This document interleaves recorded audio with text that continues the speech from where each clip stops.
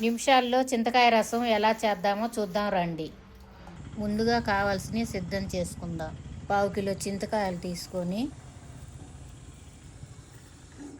ఒక రోలు తీసుకొని మిరియాలు, కందిపప్పు, ధనియాలు, జీలకర్ర వేసుకొని దంచుకొని పొడి చేసుకొని పక్కన పెట్టుకోవాలి.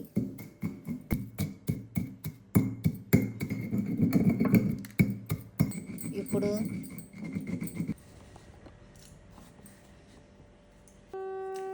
ఎల్లిపాయలు కూడా దంచుకొని పక్కన పెట్టుకోవాలి.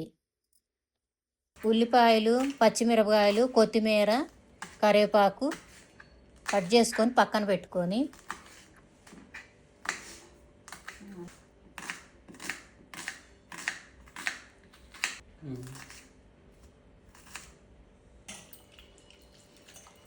ఉడకబెట్టుకున్న చింతకాయల్ని మెత్తగా మ్యాష్ చేసుకొని రసం తీసుకొని పక్కన ఉంచుకోవాలి.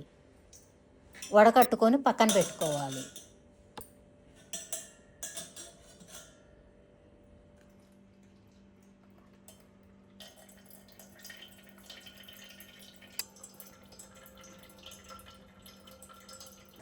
చింతకాయలు రసం తీసుకున్నామా, రసం తీసుకొని తగినన్ని నీళ్లు పోసుకొని పచ్చిమిరపకాయ ముక్కలు, ఉల్లిపాయ ముక్కలు,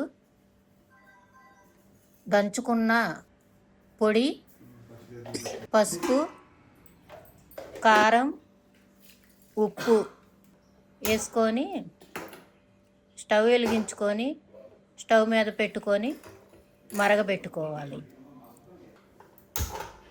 పక్కన స్టవ్ వెలిగించుకొని పోపు వేసుకోవటానికి ఒక గిన్నె పెట్టుకొని తగినంత ఆయిల్ పోసుకొని పోపు దినుసులు వేసుకొని పోపు దినుసులు వేగిన తర్వాత ఎండుమిరపకాయ, కరివేపాకు, దంచుకున్న ఎల్లిపాయలు, కొత్తిమీర వేసుకొని కలబెట్టుకొని మరుగుతున్న చింతకాయ రసంలోకి పోపుని వేసుకోవాలి. లాస్ట్గా పులుపుని బ్యాలెన్స్ చేసుకోవటానికి కొంచెం బెల్లం వేసుకుంటే మన చింతకాయ రసం రెడీ అయింది. వీడియో నచ్చుతాను.